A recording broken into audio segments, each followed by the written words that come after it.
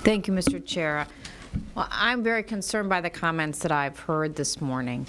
I agree with the direction of Senator Magnus's comments, and I'd like to go back to some of the comments, Mr. Smith, you made with regard to how to reflect the intent of this legislation, that you and your staff would be handling these permits. And I think if we look at the intent of, for example, the executive order, the intent of the executive order to streamline the process was so that business could move through this process more quickly and more competitively.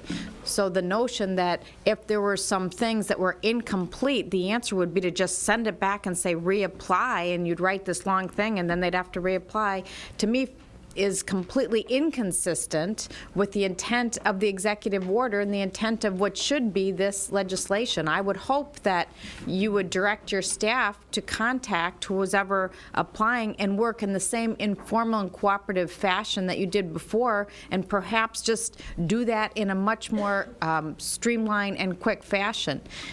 Rather than look at adding 7 personnel, I might ask whether you've considered contacting the Department of Administration, where they have gone to various departments around the state and implemented lean processes, and they've explored other methods. I think that is what we should all be looking at. How can we transform the culture in which we're operating so that we actually increase our effectiveness, and rather than, if we then have a higher standard, the answer can't just be more people.